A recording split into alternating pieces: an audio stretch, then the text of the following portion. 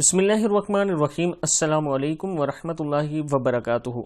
आबिद राजा channel की तरफ से आज मैं अपने दोस्तों को रसूलुल्लाह सल्लल्लाहु अलैहि वसल्लम की 3 वसीयतें बताऊंगा।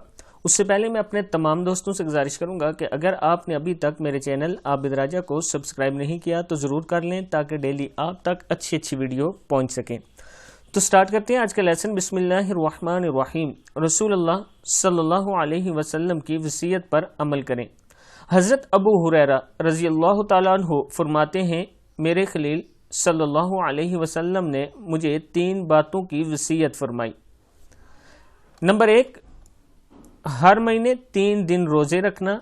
नंबर 2, चाशत की नमाज पढ़ना। और नंबर 3, सोने से पहले वितर पढ़ लेना। फिर सुन लें, रसूलुल्लाह सल्लल्लाहु अलैहि वसल्लम की वसीयत पर अमल करें। हज़रत अबू हुरैरा रज़ी अल्लाह ताला अन्हु फरमाते हैं कि रसूलुल्लाह सल्लल्लाहु अलैहि वसल्लम ने मुझे 3 बातों की वसीयत फरमाई। नंबर 1, हर महीने 3 रोज़े रखना। नंबर 2, चाशत की नमाज पढ़ना। और नंबर 3, सोने से पहले वितर पढ़ लेना। सही बुखारी की हदीस है।